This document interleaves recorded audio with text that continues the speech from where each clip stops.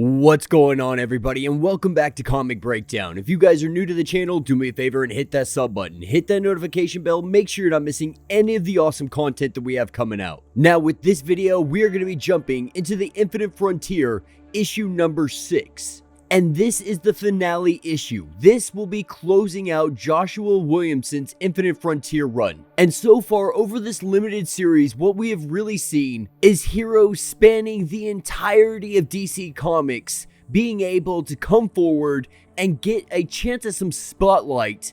Characters that haven't been around or we haven't seen in a very long time. Ranging from Thomas Wayne to President Superman, this entire story has been leading them to one place. That one place being Earth Omega. And with all our heroes currently in battle, Darkseid has made his arrival to the battlefield. And with that being said, let's dive into this breakdown. Alright gang, so as we dive into issue number 6, we are picking up on Earth Omega, with Roy Harper, our Omega Lantern, currently chained up by Darkseid. And as Darkseid stands on the cliff, he overlooks the battle and he knows that this day will be theirs, letting us know that the Quintessence, they witnessed his birth back into the multiverse, with all of his past versions being combined into one ultimate Darkseid. The Quintessence, they had hoped to imprison him here on Earth Omega, but this is where they met their end.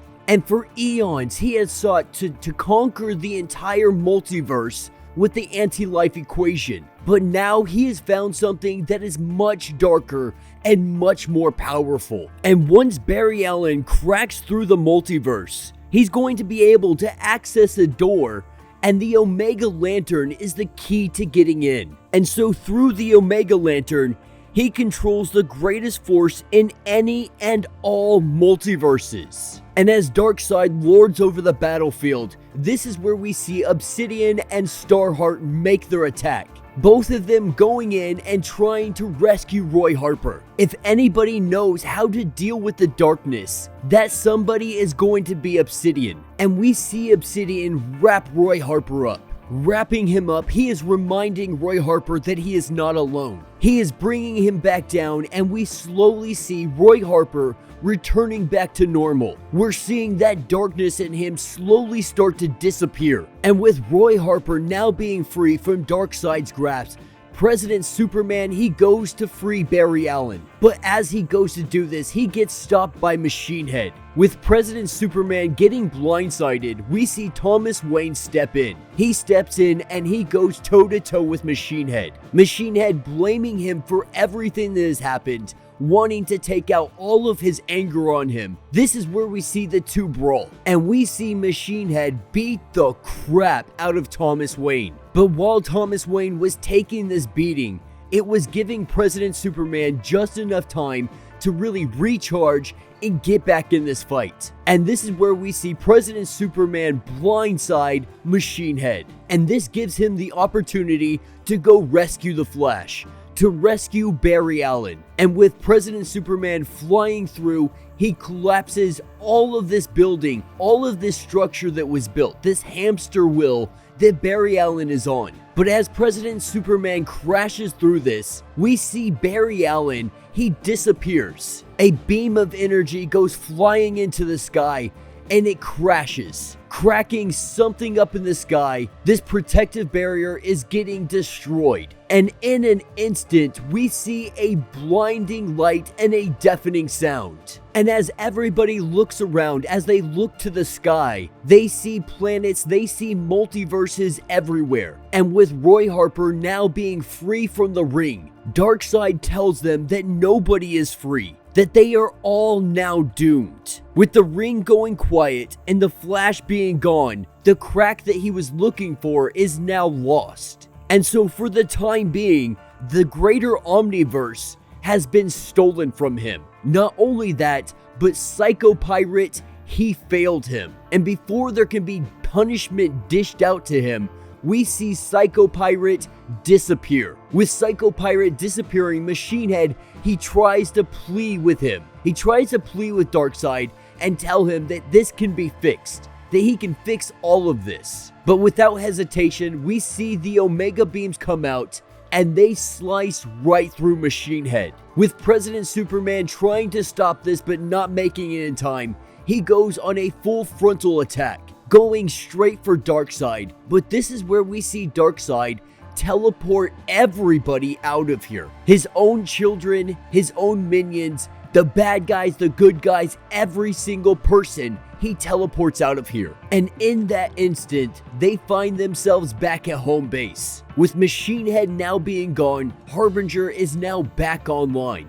And Justice Incarnate, they are really trying to figure out what the heck is going on. All they know is Darkseid sent them back, not just them, but Justice Incarnate as well. And at this point in stage, they have no clue why Darkseid spared them, what purpose this means, or anything of that nature. The only thing they know is that they need to find the Flash. They need to find Barry Allen before Darkseid does. They need to find that crack in the Omniverse before Darkseid can get to it. And President Superman says it is time to call in everybody. Call in the entirety of Justice Incarnate. Bring them all in because it is time for the multiverse to be saved by some heroes. And that's what's going to take us to Earth Zero. A couple days later, we have Agent Chase and Roy Harper having a conversation. And really it's them just being thankful they're alive, not really knowing what's next, but trying to figure out what their next course of action is going to be. Because as it stands, Alan Scott, Obsidian, Jade,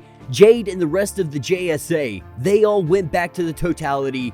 They checked in there and they're monitoring anything for Darkseid or Psycho Pirate. And as it stands, there were no changes to the space-time continuum. But on a bad note, Earth Omega has been hidden from them. Having no idea where this place is, they have no way of currently tracking down the whereabouts of Darkseid. And Agent Chase, she really wants to be the greatest version of herself out there in the multiverse. After meeting Extract, after being on Earth Omega, it made her really question who she is, what her place is in all of this. But after all of this that they've been through, she really believes that she can be the greatest Chase out there. And Roy Harper, of course, his priority number one is getting back to his daughter. And that all starts by going to the Teen Titan Academy, to going to Titan Tower, heading back to San Francisco and letting people know that he is back in the land of the living.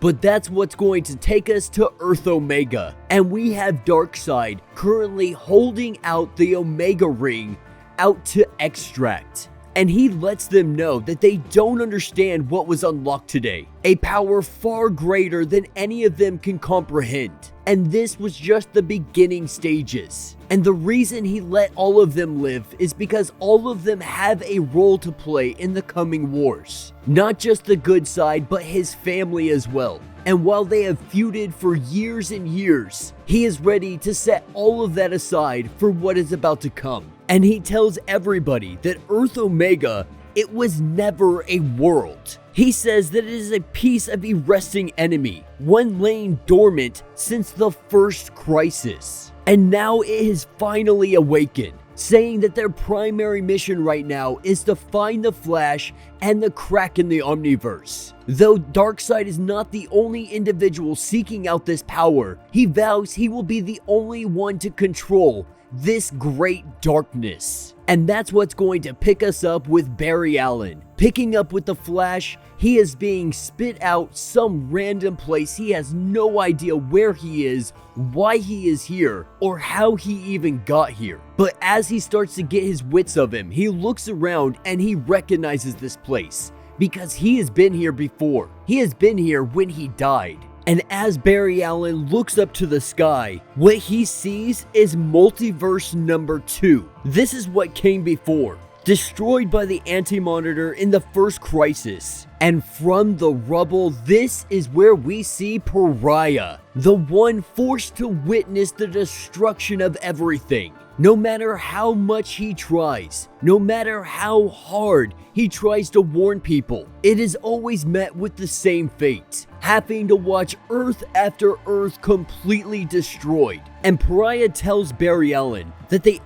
Anti-Monitor, he destroyed it. All of this, and Alexander Luthor, he tried to find the perfect world, and Darkseid, he wishes to control it. But he says that they all have it wrong, that there is another way. And he tells Barry Allen that it is time that they all moved on. They stop apologizing for the past and let the real multiverse truly live.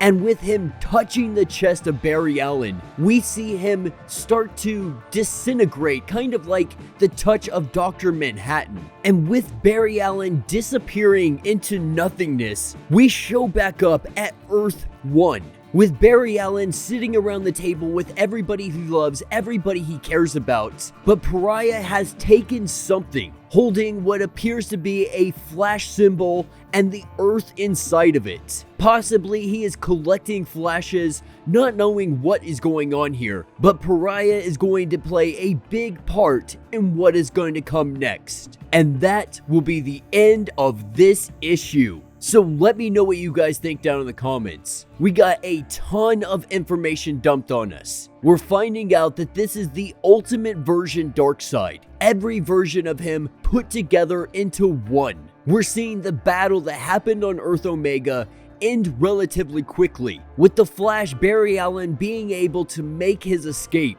This is the only thing that stopped Darkseid this day, because it appears that whoever's going to take the Omega ring, it doesn't have to be anybody in particular. It just has to be somebody willing to do his bidding, to take in the darkness of the ring and guide them, be that key to open up that door. It's going to be really awesome to see Roy Harper thrown back into the mix, heading to the Teen Titan Tower right now. It's going to be interesting to see what kind of role he's going to play in everything that moves forward.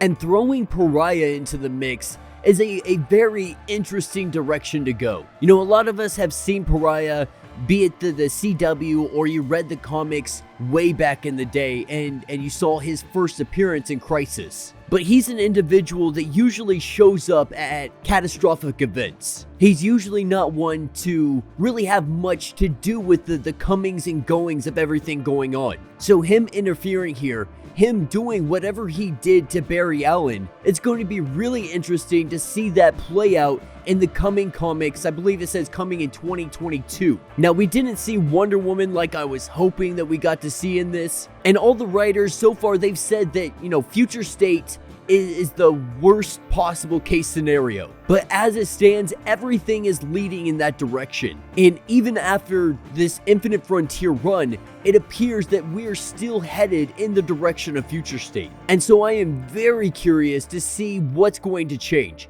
how all of this is going to be altered so Future State doesn't come to fruition. But yeah, let me know what you guys think down in the comments. If you have not yet, do me a favor, hit that sub button, hit that notification bell, make sure you're not missing any of the awesome content we have coming out, and until the next breakdown.